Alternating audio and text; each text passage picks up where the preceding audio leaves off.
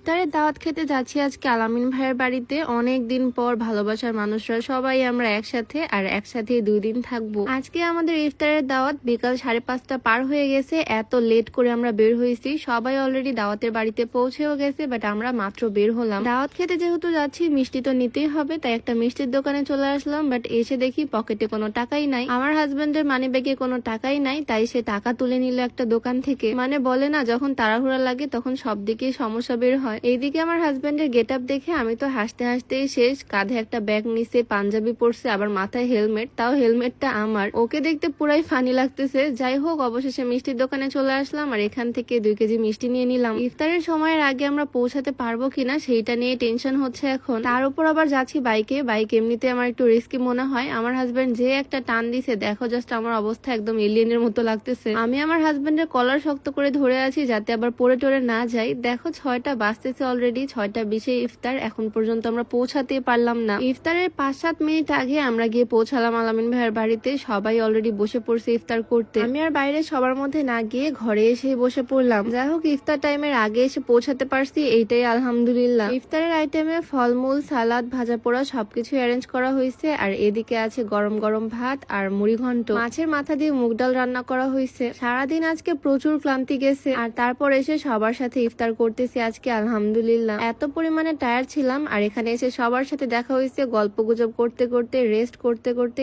একদম রাত 10টা। আর রাতের বেলা প্ল্যান হলো সবার, আজকে আমরা সবাই মিলে যাব প্রায় 20 কিলো দূরে বাইকে করে চুই ঝাল দিয়ে গরুর মাংস খেতে। তাই আর কি বের হয়ে পড়লাম, আর সবাই আজকে বাইকেই যাব। রাতের বেলা আমরা সবাই একদম রেডি। আসলে সবাই একসাথে থাকার এগুলোই মজা, যে রাত বেড়েতে এখন 20 কিলো দূরে যাব সবাই মিলে। গ্রামের ফাঁকা রাস্তায় এই ঠান্ডার মধ্যে আসতে বেশ ভালোই লাগলো। আমার তো আসতে আসতে ক্ষুধা লেগে গেছে, আর যেই শুনছি চুই ঝাল দিয়ে গরুর মাংস খাবো তখন থেকে আমার পেটের মধ্যে ক্ষুধায় ছুঁচো করতেছে একদম। যাই হোক, ভিডিওর মাঝখানে একটু বলতে চাই, তোমরা যারা চিকন হতে চাও, ওজন কমাতে চাও, তোমরা চাইলে এই স্লিমিং হার্বাল টিটা ট্রাই করতে পারো। এটা সম্পূর্ণ প্রাকৃতিক উপাদান দিয়ে তৈরি, তাই কোনো রকমের সাইড এফেক্ট নাই। আর ওজন কমানোর পাশাপাশি এটা কিন্তু গ্যাস্ট্রিকের সমস্যাটাকেও দূর করবে। এই হার্বাল স্লিমিং টিটা তোমরা beauty by Lim Facebook page থেকে পেয়ে যাবা। পেজটা আমার ডেসক্রিপশনে মেনশন করে দেওয়া থাকবে, আর নাম্বারটাও আমার স্ক্রিনে দিয়ে দেওয়া থাকবে। প্রচন্ড পরিমাণে ক্ষুধা নিয়ে বসে পড়লাম খাওয়া দাওয়া করতে। অনেকগুলো টেবিল আমাদেরকে একসাথে অ্যাডজাস্ট করে দিয়েছে যাতে সবাই বসতে পারি। এখানকার চুইঝাল গরুর মাংসের প্রশংসা আমি প্রচুর শুনছি, তাই আরো খাওয়ার জন্য আমি বেশি এক্সাইটেড। কি আর করার, তরকারি আসতেছে না, তাই বসে বসে সালাদই খাচ্ছি। কিছুক্ষণের মধ্যেই চলে আসলো গরুর মাংস। দেখেই তো মনে হচ্ছে খেতে অনেক টেস্টি হবে। যাক আলহামদুলিল্লাহ, রাত্রের খাবারটা সবাই একসাথে বেশ মজা করে খাইছি। আর এখন আবার ব্যাক করার পালা। রাত বাজতেছে প্রায় 12টা। দিনের বেলা যদিও গরম লাগে, বাট দেখো এক একজনের গায়ে জ্যাকেট। এত রাতে, তাও আবার গ্রাম এলাকায়, বেশ ভালোই ঠান্ডা লাগে। যাওয়ার সময় মনে হচ্ছিল অনেক দেরি লাগছিল, বাট আসার সময় অনেক তাড়াতাড়ি চলে আসলাম গ্রামের এই ফাঁকা রাস্তা দিয়ে মাঝ রাতে। ভাইয়ের বাসাতে ব্যাক করলাম সবাই মিলে, আর এখন বাজে ঠিক রাত 12টা, মানে একদম 12টায় আমরা বাসায় এসে পৌঁছালাম। সবাই যখন একসাথে হয়েছি, সারা রাত আর ঘুম হয়নি, গল্প করতে করতে কাটাই দিছি। সবাই একসাথে গল্প গুজব করতে করতে সেহরির সময় হয়ে গেছে। আর সেহরিতে গরুর মাংস,